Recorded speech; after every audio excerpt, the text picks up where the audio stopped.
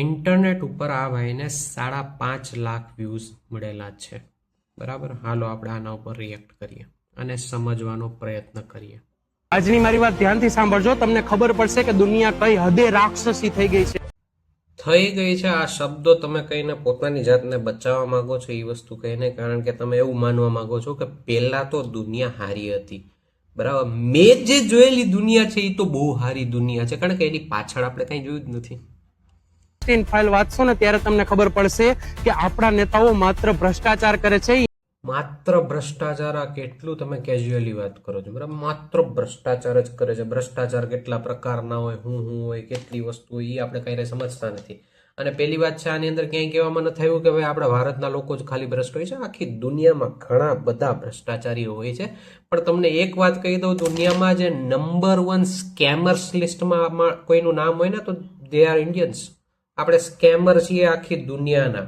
બરાબર, આના લીધે શું થાય કે વિદેશમાં આપણો કોઈ વ્યક્તિ જાય તો એને એક એવી નજરથી જોવામાં આવે, હાડો સ્કેમર હશે. તો બાળકોને જ્યારે બીવડાવવામાં આવે ને એક હદથી વધારે, ત્યારે એના મગજમાંથી એક હોર્મોન્સનો સ્ત્રાવ થાય. આ હોર્મોન્સ જ્યારે બ્લડમાં ભળે છે અને એ બ્લડ જો પછી કોઈ દ્વારા પીવામાં આવે ને તો એનામાં એન્ટી એજિંગ પ્રોપર્ટી આવે છે. એમ કે છે કે તમે જુવાન ને જુવાન રહ્યો છો.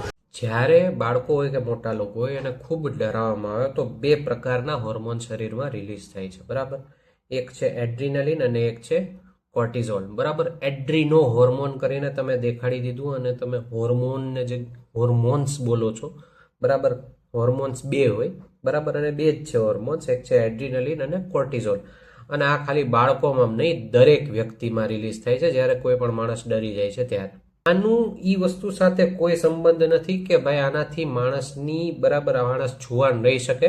બરાબર, પણ અહીંયા એક વસ્તુ સમજાય છે. બરાબર, આવી બધી અંધશ્રદ્ધાઓ ભારતમાંય છે અને પશ્ચિમમાં પણ છે. બરાબર, તો ભારત પશ્ચિમ કરતા શ્રેષ્ઠ છે. આવી બાબત તમે આના દ્વારા તમે કઈ કહેવા માંગતા હોય તો દેટ ઇઝ ટોટલી ફોલ્સ. એ હાવ નકામી વસ્તુ છે. અને પશ્ચિમી સંસ્કૃતિના કાનૂનની, ત્યાંની વ્યવસ્થાની જે વખાણ કરતા હોય ને ધ્યાનથી સાંભળજો કે આવડી મોટી ફાઇલ બહાર આવવાથી કે દુનિયાનું આખું રાજકારણ હચમચી ગયું છે. પણ આ આખાઈમાં સજા કોને થઈ છે ખબર? માત્ર એક જ, જે એપ્સ્ટીનની ગર્લફ્રેન્ડ હતી અને એકને જ સજા થઈ છે. બીજા બધા આજે પણ ખુલ્લે આમ ફરે છે. આસારામ ખુલ્લે આમ ફરે છે, રામ રહીમ ખુલ્લે આમ ફરે છે. કોર્ટે જેને ડિક્લેર કરી દીધું છે કે આ ક્રિમિનલ છે એ ખુલ્લેઆમ ફરે છે. બરાબર, અહીંયા થાય છે યાર.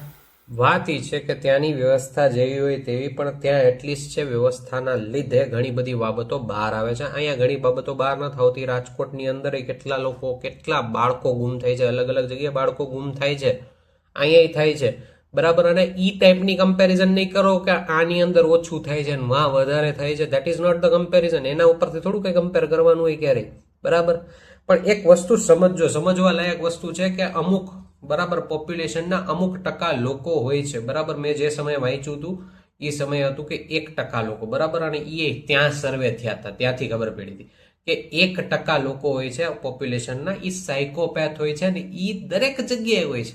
માનીને ચાલુ છું, ઇક્વલી ડિસ્ટ્રીબ્યુટેડ હોય, કારણ કે અહીંયા આપણે સર્વે જ નથી કરતા. બરાબર, અહીંયા આપણને કંઈ ખબર જ નથી. બરાબર, જે આ લોકો છે ધીઝ આર સાયકોપેથ્સ. અને સાયકોપેથ્સ બાયોલોજીકલી એ પ્રકારનું એનું હોય છે વર્તન કે એને કંઈક ને કંઈક ડોપામીન મળ્યા કરે, એના માટે કંઈક ને કંઈક રિસ્ક લેવું હોય ના અંતે. બરાબર, એને એની અંદર એમ્પેથી હોતી જ નથી જરાય. બરાબર, બીજા વ્યક્તિ પ્રત્યે સહાનુભૂતિ હોતી જ નથી અને બીજાને દર્દ થાય એમાં એને વધારે મજા આવે છે. સેડિઝમના લક્ષણો હોય, આવી બધી વસ્તુ હોય છે. બરાબર, પણ ત્યાંના લોકોએ એને સરખી રીતના સમજ્યા નથી સાયકોપેથી શું છે, અને આપણે એ નથી સમજતા. કારણ કે સમજવું એ જરૂરી વસ્તુ છે જ નહીં. આજે આ બધી વાતો જોતા અને વાંચતા મને મારું વાંચેલું ભવિષ્ય પુરાણ યાદ આવે કે જેમાં શિવજી દ્વારા ચેતવણી આપવામાં આવી હતી. ભગવાન શિવ દ્વારા રાજાને કહેવામાં આવેલું હતું કે સિંધુ નદીની પેલે પાર અને હિન્દુ કુશ પર્વતમાળાની ઓલી બાજુ બધો પ્રદેશ છે, પિશાચોનો પ્રદેશ છે, અહીંયા આપણે ના જવું જોઈએ. આર્યની સંસ્કૃતિ આપણા ભારત દેશ પૂરતી જ મર્યાદિત છે, ત્યાં જવું ન જોઈએ. વાંધો એ આવે છે આ ભાઈને, દરેક વ્યક્તિના વાંધો આવે છે. ક્યાંય કોઈ પણ વસ્તુ ખરાબ જોશે, આડાવડી જોશે, ત્યારે માણસને સિક્યોરિટી જોતી છે પોતાની અંદર. બરાબર, કે આ ઈ જગ્યાએ થયું તો અહીંયા આપણે અહીંયા એવું ન હોય, મારા ફેમિલીમાં આવું ન હોય, મારી સોસાયટીમાં આવું ન હોય, મારા દેશમાં આવું ન હોય. મારો દેશ તો કેટલો પ્યોર છે ને આ છે ને તે છે ને. અને એટલા માટે આપણે શું કરીએ છીએ, બરાબર, કે આ ભવિષ્ય પુરાણ જેવી વસ્તુ પકડી છે. બરાબર, યાનો ઇલાકો પિશાચોનો છે, એ બધી વસ્તુ ચાલો તમે કહો છો આના આધારે જ વિદેશમાં ન જવા દેતા ને એના લીધે ઈ બધા અહીંયા આવી ગયા, આપણે ન ગયા, ઈ બધા અહીંયા આવી ગયા ને એને આપણી ઉપર રાજ કરી લીધું. બરાબર, વિચારજો હકીકતે જે ઉપનિષદની ફિલોસોફી કે ભગવદ્ ગીતાની ફિલોસોફી, કોઈ પણ અલગ અલગ પ્રકારની ફિલોસોફી છે આપણી, એ સારામાં સારી ફિલોસોફી છે અને ઘણા બધા પશ્ચિમના લોકો પણ એને આવકારે છે. પણ વાત શું છે ખબર છે, એને આવકારેલી છે, એને આપણે છે ને જ્ઞાનને, બરાબર, આ બધી વસ્તુને નીચું સમજીએ છીએ. પણ હકીકતે આપણી જે ફિલોસોફી છે ઓરિજિનલી ઉપનિષદની, બરાબર, ભગવદ્ ગીતાની, એની અંદર જ્ઞાનને સન્માન આપવામાં આવે છે, જ્ઞાનને મહત્વ આપવામાં આવે છે અને જ્ઞાન માટે ક્યાંય જવું પડે એની અંદર કાંઈ ખોટું ગણવામાં નથી આવતું. પણ આપણે આ વસ્તુની અંદરથી બહાર નથી નીકળતા. બરાબર, જે લખ્યું નથી, જે હકીકતે ઓરિજિનલી જે શાસ્ત્રો છે એની અંદર લખેલું નથી, બરાબર, એવી વસ્તુ આપણે પકડેલી છે. જે આ નકલી શાસ્ત્રો છે એને આપણે મહાન સમજી લે છે અને ઈ આપણું કારણ છે હકીકતે આપણી દુર્ગતિનું. અને આજે આવા કામ તકી બધાએ સાબિત કરી દીધું કે બધા પિશાચ જ છે. ઈ બધાય પિશાચ છે અને આપણે બધાય સારા છે. વાવ, ઈ બધાય પિશાચ. તો પછી જે શિકાર બને છે એ ક્યાંથી બને છે? શિકાર બનવા વાળા જે બાળકો છે એ પિશાચ છે? વોટ, શું કહેવા માંગો છો તમે? એ બધા પિશાચ છે. આ આપણી સંસ્કૃતિ હકીકતે નથી ભાઈ, અને હોય તો હું રિજેક્ટ કરું છું. બરાબર, આ પ્રકારની સંસ્કૃતિ કે જે બીજા આખા પ્રદેશને એકી સામટા એ બધા પિશાચ છે ને એમ કહી દે કે આપણે બધા હારા છીએ.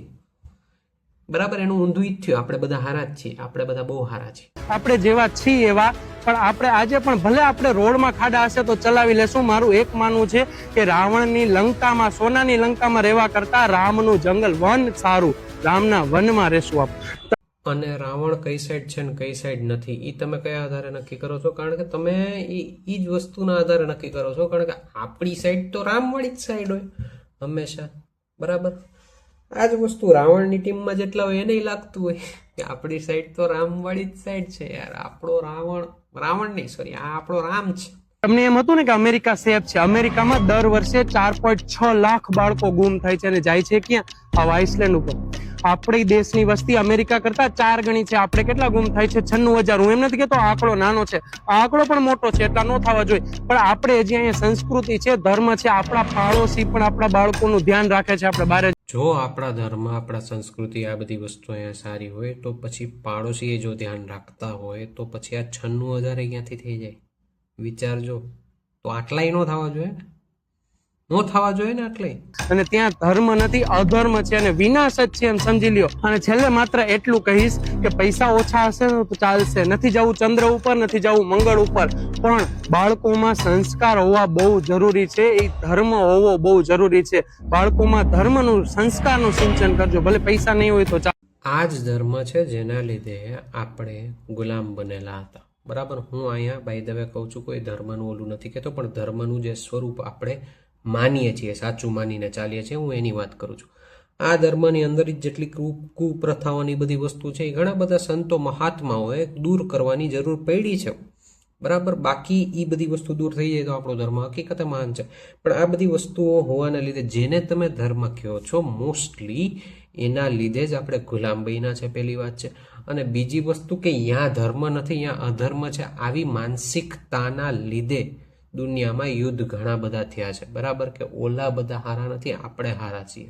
બરાબર, આપણે એના કરતાં ક્યાંય સારા, ઓલા બધા આવા. બરાબર, અને એના લીધે કેટલી વસ્તુ થઈ છે દુનિયાની અંદર અને ઇવન ભારતની અંદર. અને અંદર જે ઇન્દ્રો અંદર આપણે એક કમ્યુનિટીને બીજી કમ્યુનિટી વચ્ચે થાય છે એ આ વસ્તુના લીધે જ થાય છે. એ વસ્તુ સમજવી હકીકતે ફંડામેન્ટલી એવું સમજીને ચાલવું કે ભાઈ આપણે અલગ છીએ, ઓલા અલગ છીએ, આપણે એના કરતાં કેટલાય સારા છીએ, આપણી સંસ્કૃતિ આવી છે, ઓલાની સંસ્કૃતિ તેવી છે. બરાબર, આ બધી વસ્તુને આધાર બનાવીને આપણે કહીએ છીએ. હકીકતે એ નથી જોતા મોટા ભાગના લોકો કે આપણામાં ક્યાં ક્યાં ખોડ ખાપણ છે. એની સૌથી વધારે જરૂરિયાત છે. In my opinion, it is purely opinion. બરાબર, તમને બાકી હું બીજું કાંઈ નથી કહેતો. બરાબર, કોઈની પણ આપણે ધાર્મિક ભાવનાને ઠેસ પહોંચે એવો આપણો બરાબર ઇન્ટેન્શન નથી.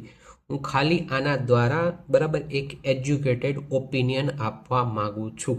That's it.